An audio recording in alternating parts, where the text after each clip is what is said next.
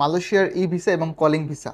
So basic যেই কোয়েশ্চেনটা আমাকে র্যান্ডমলি আস্ক করা হয় বা জিজ্ঞেস করা যায়, ভাইয়া আমি মালয়েশিয়াতে যাওয়ার পরে ওই দেশ থেকে বৈধভাবে ইউরোপের কোনো দেশে মুভ করতে পারবো কিনা, এবং সেই ক্ষেত্রে কোম্পানি আমাকে এনওসিটা দিবে কিনা, মানে নো অবজেকশন সার্টিফিকেট দিবে কিনা, এবং তারা আমাকে পাসপোর্ট দিয়ে দিবে কিনা আমি যাওয়ার জন্য।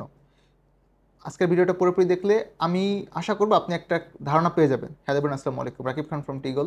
Welcome to another new video. দেশ এবং দেশের বাইরে যেখানে দেখতেছেন আশা করি সকলে ভালো আছেন। আমি কিন্তু এখন নিয়মিত ফেসবুক পেজে ভিডিওস আপলোড করতেছি, আপনারা চাইলে দেখতে পারেন। ফেসবুক পেজের লিঙ্কটা আমি যে চ্যানেলের ডিসক্রিপশনে দিয়ে দিব। আপনার চ্যানেল ওইখানে গিয়ে লাইক কমেন্টস অ্যান্ড সাবস্ক্রাইব করতে পারেন। সরি, ইউটিউবিং করতে করতে সাবস্ক্রাইব চলে আসে, লাইক কমেন্টস অ্যান্ড শেয়ার করতে পারেন যদি ভালো লাগে সেই ক্ষেত্রে। সো আমরা যদি একদম স্পেসিফিক পয়েন্ট আকারে আসি, যে আপনি যেতে পারবেন কিনা এবং আপনাকে কোম্পানি পাসপোর্ট দিবে কিনা, বিফোর দ্যাট কয়েকটা কোয়েশ্চেন আপনার বোঝা দরকার। ডিরেক্ট আমি অ্যান্সারটা দিলে লজিক্যাল হয় না বিষয়টা, এবং আমি বিলিভ করি যে লজিক্যাল ইনফরমেশনের অনেক থাকে, ভ্যালু থাকে। আমি কোনো যে না আপনার কি বলে অ্যাডভাইজার না, বা যে কী বলে ওটাকে ইমিগ্রেশন লয়ার না। বাট যেটা দীর্ঘদিন ম্যান পাওয়ার সেক্টরে আসি, টুকটাক ভিসার সাথে সংশ্লিষ্ট আছি, কাজ করতেছি, এক্সপিরিয়েন্সের একটা বিষয় থাকে। ধরেন আমি 2012 থেকে এই সেক্টরে আসি, 14 থেকে, সরি 2014 সাল থেকে এখন 2024, অলমোস্ট 10 ইয়ার্স ধরে যে এই সেক্টরটাতে মোটামুটি আসি। সো অ্যাটলিস্ট মিডল ইস্টের বিষয়গুলো খুব ভালোভাবেই বুঝি। ইউরোপ নিয়ে আমার অনেক প্রসারিত জ্ঞান নেই, তবে মিডল ইস্টের লোক পাঠাইতে পাঠাইতে যেটা হয়েছে, আমি অনেক লোক পেয়েছি যারা ধরেন আসে আমার কাছে, ভাইয়া আমি ট্রানজিট হিসেবে দুবাইকে ইউজ করতে চাই বা মালয়েশিয়াকে, আমি ওই দেশে যাব, কোম্পানিতে 6 মান্থ বা 1 বছর স্টে করবো, আফটার দ্যাট কোম্পানিকে আমাকে এনওসি দিবে কিনা, আমি চলে যেতে পারবো কিনা। এই প্রশ্নের উত্তরে যাওয়ার আগে কয়েকটা বিষয় একদম স্পেসিফিক বুঝেন। নাম্বার ওয়ান, আপনাকে কোম্পানি কেন হায়ার করতেছে? ওই কোম্পানিতে জব করার জন্য, নাম্বার ওয়ান। নাম্বার টু আপনি বাংলাদেশ থেকে লিগ্যাল ওয়েতে ফ্লাই করতেছেন, সে ফর এক্সাম্পল মালয়েশিয়াতে। এখন বাংলাদেশ গভর্নমেন্ট আপনাকে ম্যান পাওয়ার বা ক্লিয়ারেন্স দিচ্ছে ছাড়পত্র কোন দেশের জন্য? মালয়েশিয়ার জন্য। এবং ইমিগ্রেশন ম্যান পাওয়ার ক্লিয়ারেন্স কার্ডে কিন্তু স্পেসিফিক উল্লেখ করা থাকে আপনি কোন দেশ, বাংলাদেশ থেকে যাচ্ছেন, কোন দেশে যাচ্ছেন এবং কোন কোম্পানিতে যাচ্ছেন, কি কাজে, এই ডিটেলস কিন্তু প্রত্যেকটা এজেন্সি দিতে বাধ্য। এজেন্সি সেই ডিটেলসগুলো দিয়ে গভর্নমেন্টকে প্রোভাইড করে যে আমি এই লোকগুলো পাঠাতে চাচ্ছি, স্যার বা ম্যাম আপনি আমাকে ইমিগ্রেশন ক্লিয়ারেন্স দেন। তখনই তো গভর্নমেন্ট সেটা যাচাই বাছাই এবং নিরীক্ষা সাপেক্ষে ম্যান পাওয়ার ক্লিয়ারেন্স দেয়। এবং প্রত্যেকটা বৈধ এজেন্সির লাইসেন্স নাম্বার আছে। কোন এজেন্সি চাইলেই যে আপনাকে ইচ্ছা মতো করে একটা ভুয়া ভিসায় পাঠিয়ে দিবে এরকম কোনো সুযোগ নাই। ম্যান পাওয়ার হওয়ার আগে এটা যাচাই বাছাই হয়, সংশ্লিষ্ট মন্ত্রণালয় আছে, অধিদপ্তর আছে, তারা দেখে, আফটার দ্যাট আপনাকে ম্যান পাওয়ার ক্লিয়ারেন্সটা দেয়। এবং আপনি বৈধভাবে গেলে আপনার ওই দেশে যাওয়ার পর যদি কোনো প্রবলেম হয়, গভর্নমেন্টের রুলস অনুযায়ী আপনার যা যা পাওয়ার কথা আপনি সেই জিনিসগুলো পাবেন। সো আই গেস এইটা ক্লিয়ার। তো যেটা মেইন পয়েন্ট, যে আপনি কোনোভাবে ফেক ভিসাতে ম্যান পাওয়ার পাবেন না। অ্যাটলিস্ট 2024 সালের মে মাসে বা এপ্রিল মাসে কোনোভাবেই না। আমি গত 10 বছর ধরেই দেখতেছি যে কোনোভাবে ইললিগাল ওয়েতে বা যে যদি গভর্নমেন্ট কোনোভাবে টের পায় যে আপনি এখানে কোনো ধরনের ফাঁক ফোকর রেখেছেন বা অনৈতিক কিছু করতেছেন, ইনিশিয়ালি আপনার লাইসেন্সটাকে ব্লক করবে তারা, বা হেল্ড আপ করবে, করে ব্লক করবে এবং এটাকে ক্যান্সেলও করতে পারে, ব্ল্যাক লিস্টও করে দিতে পারে। সো এই সুযোগটা আসলে নেই। আমি যদি ব্যাক করি যেই পয়েন্টে ছিলাম, আপনি যেতে পারবেন কি না ইউরোপে বৈধ ভিসায়। এক নম্বর আপনাকে কোম্পানি কাজ করার জন্য নিচ্ছে, আপনাকে সে কেন ছাড়বে। নাম্বার টু, ম্যাক্সিমাম কোম্পানিতেই আপনার পাসপোর্ট কোম্পানির কাছে সাবমিট করা থাকবে, তাদের কাছে জমা থাকবে। আপনি আপনার যে লিগ্যাল ভিসা, কোম্পানি ভিসা হওয়ার পর আপনাকে ভিসার একটা ফটোকপি দিবে, ইকামা দিবে সৌদি আরবের ক্ষেত্রে, বা দুবাইয়ের ক্ষেত্রে রেসিডেন্স কার্ড দিবে, মালয়েশিয়ার ক্ষেত্রে আপনাকে ওয়ার্ক পারমিট যে ইমিগ্রেশন কার্ড থাকে ওইটা দিবে স্পেসিফিক। পাসপোর্ট তো আপনাকে দিচ্ছে না, because end of the year তারা আবার ভিসা রিনিউ করে আপনাকে আপডেট ভিসার কপিটা দিবে। হ্যাঁ, ভিসার কপি বা আইডি কার্ড আপনার এই জন্যই লাগবে। সে ফর এক্সাম্পল আপনি ইয়াতে আছেন, সেলাঙ্গরে আছেন, আপনি কেএলে ঘুরতে যাবেন, কেএল বলতে কোয়ালালামপুরে ঘুরতে যাবেন, যাইতেই পারেন যেহেতু আমরা একদিন অফ ডে পাই, ঘুরতে যাবেন। তো ঘুরতে গেলে আপনাকে যদি পুলিশ ধরে যে ভাই আপনি কে বা কেন আসছেন, কোন কোম্পানিতে, তখন আপনি আপনার আইডি কার্ডটা দেখাইলে আপনাকে সে ছেড়ে দিবে যে হ্যাঁ ইনি বৈধভাবে আছেন। তখন আপনার ভিসার ফটোকপি, পাসপোর্টের ফটোকপি বা যে ইকামা কপি লাগতে পারে। এখন অবৈধ হলে আপনি দেখাইতে পারেন, আপনাকে তখন পুলিশ ধরে জেলে নিয়ে চলে যাবে। দ্যাটস ওয়াই আপনার লাগবে, বাট মেইন পাসপোর্ট কিন্তু রিকোয়ার্ড না। এখন ইউরোপে আপনি যাওয়ার চিন্তা ভাবনা যদি করেন, আপনাকে কোম্পানি কেন ছাড়বে? সে আপনাকে কাজ করতে আনছে, আপনার সাথে তার এগ্রিমেন্ট 2 ইয়ার্স বা 3 ইয়ার্সের, আপনাকে সে কোনোভাবেই ছাড়বে না। অ্যাটলিস্ট যদি ভালো কোনো কোম্পানি হয় এবং আপনি লিগ্যাল ভিসায় যান, ওয়ার্ক পারমিটে আপনাকে ছাড়বে না। এখানে একটা গ্যাপ থাকে যে ভাই আমি ফ্রি ভিসায় গেছি। ফ্রি ভিসায় গেলে হয়তো আপনি স্বাধীন, আপনার পাসপোর্ট আপনার কাছে আছে, আপনি মুভ করতে চান অন্য একটা কান্ট্রিতে, সেই ক্ষেত্রে আপনি যদি ওই দেশের অ্যাপয়েন্টমেন্ট লেটার ম্যানেজ করতে পারেন, কোনো জব অ্যাপয়েন্টমেন্ট লেটার, যে হ্যাঁ আপনি ফর এক্সাম্পল আপনি সৌদি আরব আছেন, পোল্যান্ডে যাবেন। আমার এক বড় ভাই আছে, রিসেন্টলি সে মুভ করবে, সে অ্যাপয়েন্টমেন্ট লেটার পেয়েছে সাকসেসফুলি ফ্রম পোল্যান্ড। এখন পোল্যান্ড থেকে সে অ্যাপয়েন্টমেন্ট লেটার পাওয়ার পরে সে সৌদিতে অ্যাম্বাসি ফেস করবে। হ্যাঁ, এইটা পসিবল, কজ সে ফ্রি ভিসে আছে, নিজের মতো করে কাজ করতেছে। সে অ্যাপ্লাই করছিল ওয়ার্ক পারমিটের জন্য, সে ওয়ার্ক পারমিট ম্যানেজ করতে পারছে, বা ওই দেশের কিছু এজেন্সি থাকে তারা হয়তো এটা নিয়ে কাজ করে। আমি স্পেসিফিক ওইভাবে বলতেছি না। আমি যখন ওই দেশগুলোতে যাব, এগুলো আপনারা ভিডিওস পাবেন ইনশাল্লাহ ইন ফিউচার।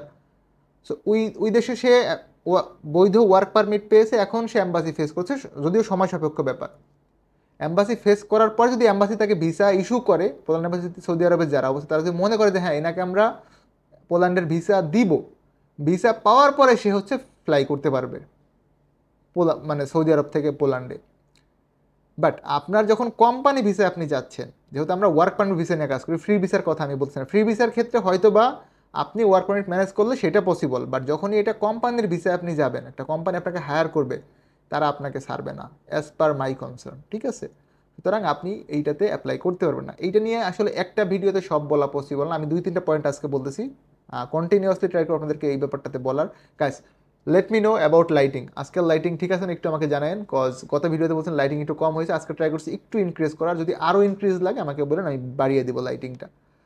অ্যান্ড অফিসের অ্যাড্রেস নিয়ে আপনাদের আমি দেখলাম কনফিউশন স্টিল নাও আছে। আলফাইহান ওভারসিজ সার্ভিসেস, 879 ব্লক জি, চেয়ারনবাড়ি, বনানী, ঢাকা। কন্ট্যাক্ট নাম্বারটা এই মুহূর্তে দিতে পারছেন, আমি খুবই দুঃখিত। 2 তারিখ থেকে আপনারা র্যান্ডমলি কল করবেন এবং পিক করা হবে। আমাদের একটা টিম জয়েন করতেছে ফ্রম 2 মে 2024। তখন আপনারা কল করলে পেয়ে যাবেন, এবং ফেসবুক পেজে নিয়মিত এখন থেকে মানে 2 তারিখ থেকে আপনারা রিপ্লাইটা পেয়ে যাবেন। যে পয়েন্টে ছিলাম, যে কোম্পানির ভিসা আপনাকে ছাড়বে না। ফ্রি ভিসা যদি আপনি থাকেন এবং বৈধ ওয়ার্ক পারমিট ম্যানেজ করতে পারেন, সেক্ষেত্রে আপনি যেতে পারেন। তো ভাই ইউরোপ যাবেন না? হ্যাঁ, আপনি যেতেই পারেন। এটা যদি আপনার ড্রিম হয়, আপনি কেন যাবেন না? অবশ্যই যাবেন। সেই ক্ষেত্রে আপনি বাংলাদেশ থেকে বৈধ ভিসা ম্যানেজ করে যান। যারা ইউরোপ নিয়ে কাজ করেন, বা আপনার যদি কোনো লিগ্যাল ইস্যুস থাকে, আপনার আত্মীয় রিলেটিভ থাকে, তারা আপনাকে যদি অফার লেটার ইস্যু করতে পারে, ইতালির ক্ষেত্রে নুলস্তা দিতে পারে, সেক্ষেত্রে আপনি যান, আপনাকে তো কেউ আটকায় না। আপনি বাংলাদেশ থেকে ডিরেক্টলি ফ্লাইটে যান। ট্রানজিট হয়ে যাওয়ার যেই বিষয়টা, বা হচ্ছে যে গেম দিয়ে যাওয়া, এটাকে আমি কোনোভাবেই সাপোর্ট করি না, এবং এইটা কিন্তু আইনগতভাবেও স্বীকৃত না। আমি এগেইন বলি, গেম দিয়ে যাওয়া, বাই রোডে যাওয়া, অবৈধভাবে যাওয়া, এগুলো আসলে ভালো কাজ না। এবং প্লিজ আমি করজোরে রিকোয়েস্ট করতেছি, এটা করবেন না। এটাতে আপনি প্লাস আপনার ফ্যামিলি উভয়ই এক্সট্রিম লেভেলের রিস্কে থাকবেন। এটা কিন্তু আইনগতভাবে নিষেধ, এবং এটা হচ্ছে ধরতে পারলে আপনার জেল হবে, এবং আমি মনে করি এটা হওয়া উচিত। বিকজ আপনি আপনি নিজে প্লাস আপনার পরিবারকে অনিশ্চয়তার মধ্যে রেখে এই কাজটা করতেছেন। এইটা করাটা হচ্ছে যে কোনোভাবেই সমীচীন না। এখন এইটা বলার পরে ফেক আইডিতে দিয়ে একটা কমেন্টস আমাকে করে বকা দিতে পারেন, আই ডু অ্যাপ্রিসিয়েট ইউর বকা। হ্যাঁ, আপনি বৈধভাবে যান, বাংলাদেশ থেকে ফ্লাই করেন, ট্রানজিট হইতে পারে দুবাইতে, আপনি এয়ার ট্রানজিট হইতে পারে যে হ্যাঁ এই বিমানটা দুবাইতে গিয়ে ট্রানজিট করে 3-4 ঘন্টা আবার চলে যাবে। বাট আপনি দুবাই গিয়ে 5-7 দিন থাকবেন, ওইখান থেকে একটা ভিসা লাগাবেন হচ্ছে যে ত্রিপলি থেকে গেম দিবেন হচ্ছে ইতালি, এইভাবে না। এইটা হচ্ছে একদম রিস্কি, আইনগতভাবে স্বীকৃত না, এবং না। এবং আমি ইনশিওর করতেছি আমাদের প্রতিষ্ঠান প্রত্যেকটা ফ্লাইট লিগ্যাল ওয়েতে ম্যান পাওয়ার করে দেন ফ্লাই করায়। এবং বর্তমানে ডেটাবেস একদমই আপডেট। আপনার আমি প্রবাসী যে ওয়েবসাইট, এখানে ঢুকবেন, ঢুকে আপনার পাসপোর্ট নাম্বার দিয়ে সার্চ দিবেন, ম্যান পাওয়ার কবে হয়েছে, কোন এজেন্সি করছে, কি ভিসায় করছে, কোন দেশের, each and every single data এখানে থাকে। কোনোভাবেই আপনি লুকায়ে বা হচ্ছে মিথ্যা বলে যেতে পারবেন না। আমি এগেন যদি বলি, ইন এ নাটশেল পুরো বিষয়টাকে আমি সংক্ষেপে শেষ করে দিব। বাংলাদেশ থেকে আপনি যদি মালয়েশিয়া যান ওয়ার্ক পারমিট ভিসা বা কলিং ভিসায়, আপনার ইউরোপে যাওয়ার সম্ভাবনাটা অলমোস্ট নেই, একদম লিগ্যাল ওয়েতে। যদি আপনি ফ্রি ভিসার হন, মানে এজেন্ট ভিসা, যারা আপনি নিজের কাজ নিজে খুঁজে নিয়ে করতেছেন, ফ্রি টু মুভ, সেই ক্ষেত্রে আপনি যেই দেশে যাবেন, অভিবাসন প্রত্যাশী আপনি যেই দেশের, ওই দেশে যদি বৈধ ওয়ার্ক পারমিট নিয়ে আসতে পারেন, এবং অ্যাম্বাসি ফেস করার প্রতি অ্যাম্বাসি ফিল করে যে আপনাকে ভিসা তারা দিবে, in that case you can go, otherwise you can't. এটা একদম কিপ নোট রাখেন। যদি আপনাকে এরকম কেউ বলে যে বাংলাদেশ থেকে বডি কন্ট্রাক্টে পাঠাবো বা এইটা করবো, ভাই ইটস এ ট্র্যাপ, এখানে পা দিবেন না। আপনি প্লাস আপনার ফ্যামিলি উভয় কিন্তু সর্বশান্ত হয়ে যাবেন। এই ব্যাপারটাতে একদম মানে স্ট্রিক্টলি প্রোহিবিটেড, নিষিদ্ধ ভাই। কোনোভাবে গেমকে সাপোর্ট করবেন না, এবং অবৈধ পথে বিদেশ যাবেন না। আপনি স্যালারি কমে যান, আলহামদুলিল্লাহ, ভালো কোম্পানিতে যান, দিন শেষে আপনিও ভালো থাকবেন এবং আপনার ফ্যামিলিও ভালো থাকবে। আই হোপ আমার পয়েন্টগুলো ক্লিয়ার।